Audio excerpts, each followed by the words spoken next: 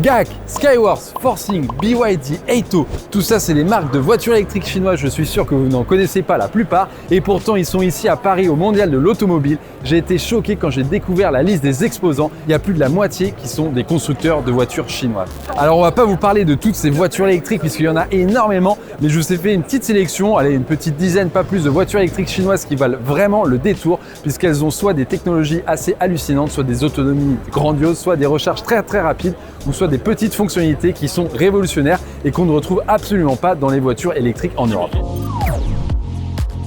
Bon, vous devez sûrement connaître Huawei, cette marque tech chinoise, grand public. Eh bien, j'ai derrière moi une marque qu'ils ont co-créée, Aito, et qui fait que des voitures 100% électriques. Et oui, le constructeur chinois très connu dans le monde de la tech a noué un partenariat pour créer des voitures 100% électriques avec son système d'exploitation à bord, mais aussi une conduite autonome vraiment bluffante qu'on avait pu tester à Shenzhen il y a quelques semaines justement. Mais le problème, c'est que pour l'Europe, Huawei, c'est non. Et du coup, on va perdre beaucoup de fonctionnalités quand ces voitures vont arriver en Europe dans quelques mois. Et je vous explique tout ça juste après. Ce qu'il faut savoir, c'est que Aito produit 3 modèles différents de voitures électriques, Aito 5, 7 et 9, aussi appelés M5, M7 et M9 en Chine. Et j'ai à côté de moi le modèle 7 qui est en gros un petit peu l'intermédiaire. Ça reste quand même un beau bébé, un beau SUV, mais il y a encore plus grand que lui et surtout plus petit avec le 5 qui sera beaucoup plus adapté à nos routes européennes.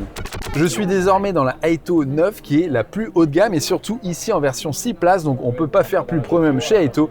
Et regardez en face de moi, ça s'apprécie clairement aux places arrière. J'ai un écran de 32 pouces avec un vidéoprojecteur 4K, donc je peux regarder des vidéos tranquillement pendant que je me fais conduire à mon lieu de destination. Aux places avant, le confort est tout de même royal. Regardez ces sièges encore très épais, ce cuir, c'est sur piqûre. On est vraiment très bien maintenu et c'est très confortable. Mais c'est pas tout. Regardez devant moi, j'ai 3 écrans immenses. Il y en a un pour le passager qui peut regarder ses films, ses séries, gérer le son par exemple. Au milieu, un grand écran d'infotainment où je peux également régler la climatisation.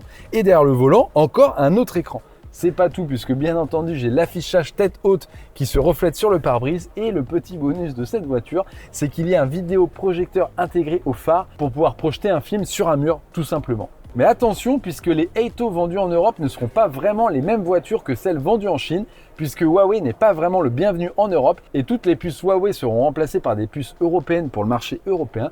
Mais ce n'est pas tout puisque même le système d'exploitation sera moins évolué, ça ne sera pas Harmony OS de Huawei mais un OS développé en interne par Aito.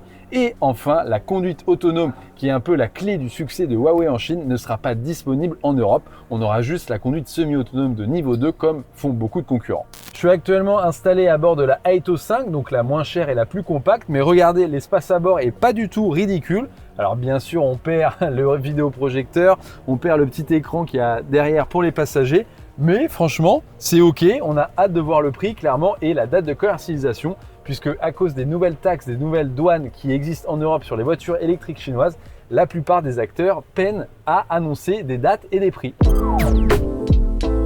Et on passe maintenant à GAC, le constructeur originaire de Canton, avec pas moins de 3 modèles ici sur le salon de l'auto qui sont vraiment intéressants. Et on commence avec celle-ci, la GAC Aion 5, qui est en gros la concurrente de la Tesla Model Y. Son gros point fort, c'est clairement son prix, puisqu'en Chine, elle est vendue l'équivalent de 17 000 €. Alors lorsqu'elle arrivera en Europe, peut-être l'an prochain, en 2025, ça sera quasiment le double, autour de 35 000 €. Mais franchement, vous allez voir l'intérieur, c'est assez bluffant pour ce prix, puisque bon, le design, oui, c'est un SUV un peu compact, pas trop, un peu bateau on va dire, mais l'intérieur c'est pas la même histoire. Regardez un petit peu cet intérieur avec des sièges en cuir, enfin simili-cuir mais vraiment bien fait, des sièges massants, regardez les appuis-têtes, franchement la qualité de fabrication est très bonne, alors à voir sur le long terme bien entendu, et regardez les Chinois raffolent de genre de petites fonctionnalités. Sous la coudoir centrale, qu'est-ce que j'ai? J'ai un logement qui peut être refroidi à moins 15 degrés ou réchauffé à 50 degrés, donc en gros ça peut être votre réfrigérateur ou votre four pour tenir les aliments au chaud, franchement j'adore. Pour 17 000 € en France, clairement, on a une Dacia Spring. Est-ce que j'ai un petit médaillon en cuir sur la porte, sur le côté, un peu rembourré? Non, clairement. Bon, bien évidemment, faut se rendre compte que le niveau de vie en Chine n'est pas du tout le même qu'en Europe. Et c'est pour ça que cette voiture ne coûterait pas ce prix-là, puisque là-bas, à produire, ça coûte pas grand-chose. Petit détail sympa à l'arrière, une tablette rétractable qui permet de poser un ordinateur portable ou une tablette pour regarder un film par exemple en se faisant conduire. Par contre, les voitures électriques chinoises ont quasiment toutes un problème. Regardez, j'ai beaucoup d'espace aux jambes, je fais 1m84, je suis parfait, je mets les pieds en dessous, sachant que le siège à l'avant il est bien reculé. mais venez voir un peu la place qu'il y a dans le coffre. Ça peut paraître grand comme ça, mais en fait ça fait 430 litres, c'est-à-dire quasiment 2 fois moins qu'un modèle Y. Et si vous rabattez les sièges arrière, vous avez un peu moins de 1000 litres. Alors que, encore une fois, un modèle Y qui fait la même dimension, c'est 2 fois plus, c'est jusqu'à 2000 litres lorsque tous les sièges sont baissés. Et en fait, ça, c'est tout simplement puisque la culture chinoise est totalement différente de la culture européenne et qui préfère avoir de la place pour les jambes à l'arrière plutôt que de la place dans le coffre. Alors que nous, en Europe, c'est totalement l'inverse. Et GAC ne fait pas que des SUV classiques puisque regardez derrière moi l'Hyper SSR qui est une hypercar clairement de 1225 chevaux, vendu à peu près l'équivalent de 150 000 € en Chine, donc on peut faire x2 pour l'Europe. Ça fera 250 voire 300 000 €. Et à ce prix-là, on a un 0 à 100 qui est effectué en moins de 2 secondes, c'est-à-dire plus rapide que n'importe quel Tesla à l'heure actuelle par exemple. En revanche, l'autonomie et forcément la consommation électrique de cette voiture ne sera pas son point fort, puisque la marque annonce environ 500 km d'autonomie sur le cycle chinois CLTC, soit environ 450 voire moins kilomètres pour l'Europe. Avec une batterie de 75 kWh, c'est un petit peu décevant, c'est clairement pas son point fort, notamment si on compare à la Model S Plaid de Tesla avec ses plus de 1000 chevaux. Et pour l'intérieur, on est clairement sur une supercar assez futuriste et ce que j'aime bien regarder, c'est que pour ouvrir et fermer la portière, c'est comme dans un avion, j'ai un petit bouton en haut. Et on termine avec la concurrente de la Tesla Model X chez GAC, c'est la Hyper HT. Donc en gros 4,90 m de longueur, une autonomie pas folle de 450 km, mais à l'intérieur, encore une fois, ça envoie du lourd. Allez, je vous montre. Et regardez le confort à l'intérieur, je suis assis aux places arrière, la banquette est légèrement baissée et surtout à l'avant, le siège avant est totalement baissé et ben moi je suis finalement allongé et là clairement je peux taper de la borne assis comme ça, plutôt allongé. Je dors, je me repose, je regarde pourquoi pas les étoiles avec ce toit panoramique. Franchement, les constructeurs chinois me bluffent ici avec ce niveau de fonctionnalité qu'on ne connaît pas vraiment en France et en Europe, même si on sait que NIO arrive bientôt avec l'Onvo L03 qu'on a pu tester en Chine et c'est à peu près le même délire pour encore moins cher. On passe maintenant à un gros poisson qui n'est autre que BYD, le numéro 2 mondial de la voiture électrique dans le monde derrière Tesla. Et ici, j'ai derrière moi la Sea Lion 07, leur nouvelle voiture électrique qu'ils viennent d'annoncer au mondial. Et ça sera pour l'Europe puisqu'elle arrive bientôt en France. En termes de design et de segment, on est clairement sur un concurrent du Tesla Model Y avec 4,83 m de longueur et une silhouette un petit peu coupée type fastback puisque comme vous pouvez le voir à l'arrière, la chute du toit est très marquée et dommage puisqu'on perd un peu de capacité dans le coffre. Et la commercialisation se fera en France au courant du mois d'octobre avec les premières livraisons d'ici la fin de l'année. On n'a pas encore le prix, on le connaît en Chine, c'est autour de 25 000 €, donc on peut s'attendre à 45 voire 50 000 € pour la France. Et est-ce que vous savez ce que signifie le 4.5S ? C'est-à-dire que la voiture réalise le 0 à 100 km/h en 4,5 secondes, ce qui veut dire qu'on est ici sur la version à transmission intégrale avec 2 moteurs. On aura également d'autres versions un peu moins puissantes, autour de 200 à 300 chevaux avec juste un moteur à l'arrière, ce qui permettra d'augmenter l'autonomie annoncée jusqu'à 600 km, attention en cycle chinois CLTC, soit environ 500-550 en Europe en WLTP. La plus grande nouveauté pour BYD avec cette Sea Lion, c'est la recharge rapide qui est enfin rapide pour BYD, puisque ici, j'ai la prise en courant continu qui permet de passer de 10 à 80% en 25 minutes seulement, alors qu'avant c'était plutôt 37 minutes pour les autres voitures de la marque.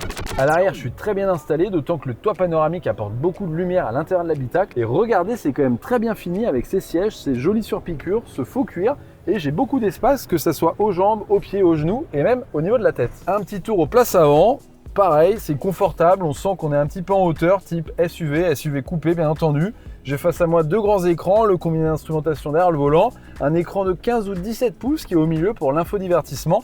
Et ce que j'adore, ce qu'il n'y a pas sur les Tesla, c'est l'affichage tête haute devant moi qui est projeté sur la route et je vois ma vitesse, la navigation à suivre, les aides à la conduite, la limite de vitesse, bref, tout un tas d'infos très intéressantes et importantes quand on conduit. Et on sent que BYD met l'accent sur les matériaux et les finitions puisque regardez, même ici sur la planche de bord qui est en cuir avec des surpiqûres, là, ça fait vraiment premium. On se croirait un petit peu dans une voiture allemande, il n'y a pas de souci. Mais attention aux fautes de goût, et c'est ce qui, selon moi, trahit parfois les voitures électriques chinoises. C'est clairement, on n'a pas la même culture entre l'Europe et la Chine, et notamment en termes de design. Et ici, sur la planche de bord, à l'avant, les petites LED qui s'illuminent, je trouve c'est too much.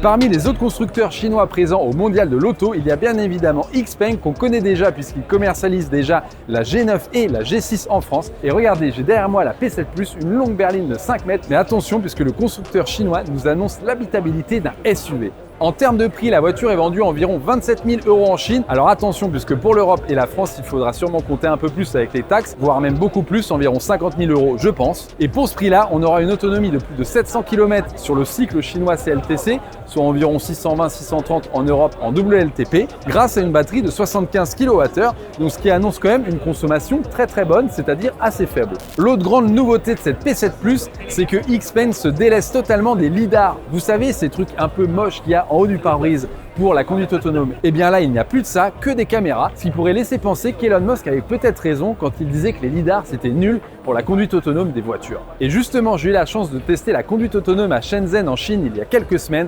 C'était vraiment une expérience dingue, mais dingue. Vraiment au-dessus de ce qu'on a pu connaître avec Tesla et le FSD aux États-Unis. Mais le plus bluffant également avec cette voiture, c'est l'intérieur, l'espace. Aux places arrière, il y a de la place, mais on pourrait tenir à 5 à l'arrière, je vous mens pas. Et le coffre est immense. Alors bien sûr, vous allez me dire, oui, la voiture est grande. Oui, mais attention, puisqu'habituellement, les Chinois font des grandes voitures avec un petit coffre et des places arrière très grandes. Mais ici, on a un coffre énorme et des places arrière gigantesques. Et à titre perso, j'adore ce design. Ça fait vraiment plaisir de voir des grandes voitures qui ne sont pas des SUV. Et on termine par une nouvelle marque chinoise ou peut-être un peu européenne, je sais pas, à vous de me dire, que vous allez beaucoup voir rouler en Europe et notamment en France, c'est Leapmotor. C'est une marque créée en collaboration entre Stellantis, vous savez, Peugeot, Citroën, Fiat, etc. et le chinois Leapmotor. Et en Europe, ce qui est assez fou, c'est que c'est Stellantis qui va produire les voitures électriques chinoises de Leapmotor pour les vendre en Europe.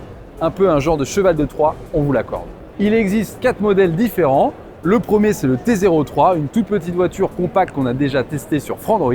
On a également le C10, qui est un SUV un peu plus costaud tout de même. Derrière moi, j'ai la B16, qui est une voiture un peu plus compacte. Elle va venir en concurrence de la Renault Scénic, par exemple. Et enfin, on a une autre voiture, la C16, qui est un SUV encore plus grand. L'idée de Leapmotor, c'est de proposer des voitures électriques avec un excellent rapport qualité-prix pour l'Europe. Et justement, la petite astuce de faire produire par Stellantis dans les usines européennes, c'est d'éviter toutes les taxes qu'il peut y avoir quand on importe des voitures électriques chinoises en Europe. Et ce petit tour de passe-passe pourrait même permettre de bénéficier du bonus écologique en France. Quant à la C10, pour le moment, elle est produite en Chine, elle coûte 35 000 €, elle n'a donc pas le droit au bonus, mais c'est un excellent rapport qualité-prix. Et je vous fais monter à bord d'une de ces voitures pour que vous puissiez vous rendre compte de la qualité qui est vraiment très bonne pour le prix.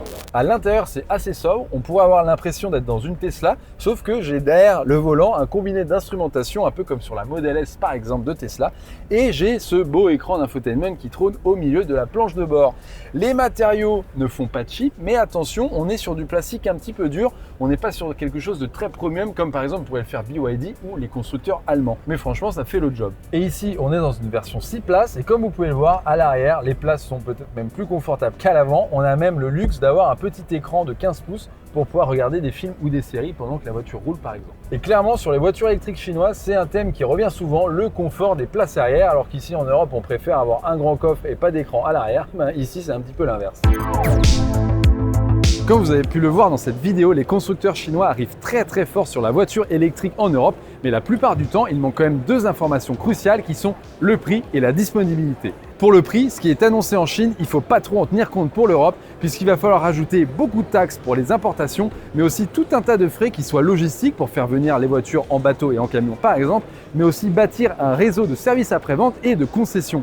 Tout ça, ça a un coût et forcément, ça va se répercuter dans le prix final. D'autant plus que le niveau de vie est beaucoup plus bas en Chine qu'en Europe. Et en gros, on a coutume de dire qu'une voiture électrique qui coûte 20 000 € en Chine, c'est à peu près 40 000 € en Europe, soit un beau x2. Et l'autre grande question, c'est la disponibilité de toutes ces voitures électriques. En fait, les Chinois attendent beaucoup en ce moment, puisque l'Europe vient de prendre une décision très forte sur les douanes. Et oui, en effet, avant, il fallait payer que 10% de frais de douane pour importer une voiture électrique chinoise en Europe. Et maintenant, ça peut monter à 40, voire quasiment 50%. Donc ça change tout pour le prix final au niveau du consommateur européen. Et on a vu que certains constructeurs comme BYD commencent à préparer une petite riposte en amenant en Europe des voitures hybrides rechargeables et non pas seulement 100% électriques. Et ça change tout puisqu'il n'y a pas de taxe pour les voitures hybrides rechargeables, contrairement aux voitures électriques. Donc je pense que la plupart des constructeurs, et notamment on l'a vu avec AITO, vont amener des voitures avec un prolongateur d'autonomie ou hybride rechargeable au lieu d'avoir que du 100% électrique.